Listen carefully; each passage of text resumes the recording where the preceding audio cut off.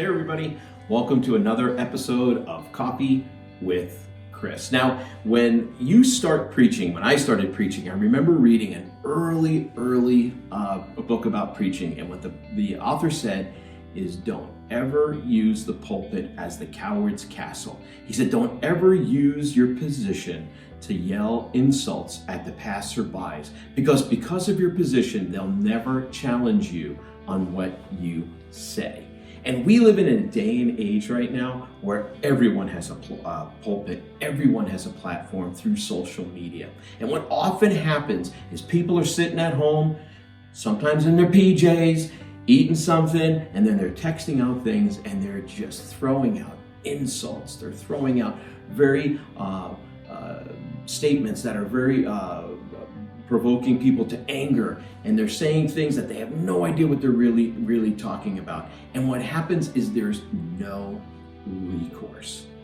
And what I want to look at with you this morning is two proverbs that kind of deal with this situation on how a Christian is supposed to respond in these kind of situations. And by the way, whenever I get on Facebook or Instagram and I feel certain people are saying certain things and how I'm supposed to respond, I run these two proverbs right through my head and heart. Well, here they are. They're in Proverbs chapter 26, verses 4 and 5.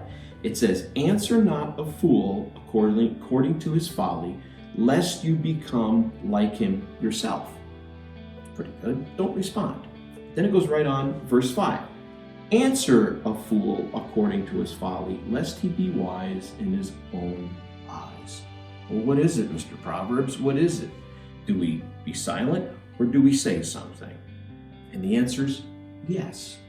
What we need to do in these situations is we need to discern whether or not we're being drawn down a road or into an argument that is gonna get us tarnished and dirty. I always say, don't get down in the mud with the pigs. So as soon as you get covered with the mud, they can't tell if you're a pig or not. You need to be very cautious when you enter into these kind of arguments that they don't draw you into where they're at. You don't want to go there because you're going to get dirty.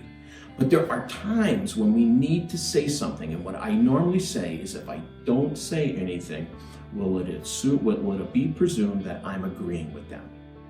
And that's when I need to at least stand up and speak and say, I disagree. I don't need to start name calling. I don't need to start imputing motive. I need to say, I just don't really agree with that. And if they ask me what I feel, I might respond. But what I need to do in both of these situations is I need to discern where the Holy Spirit's leading me. I can't hide behind, I won't say anything. That could be cowardice. Or I can't say, I'm gonna speak my mind to everybody. That could just be being mean. But what we do in these situations as people of faith is we need to understand there's a time to speak, there's a time to stay silent. In the day and age we live with social media, in the midst of a pandemic, in a presidential electoral year, there are people losing their minds. Let's not be with them. Let's do it differently. Let's do it God's way.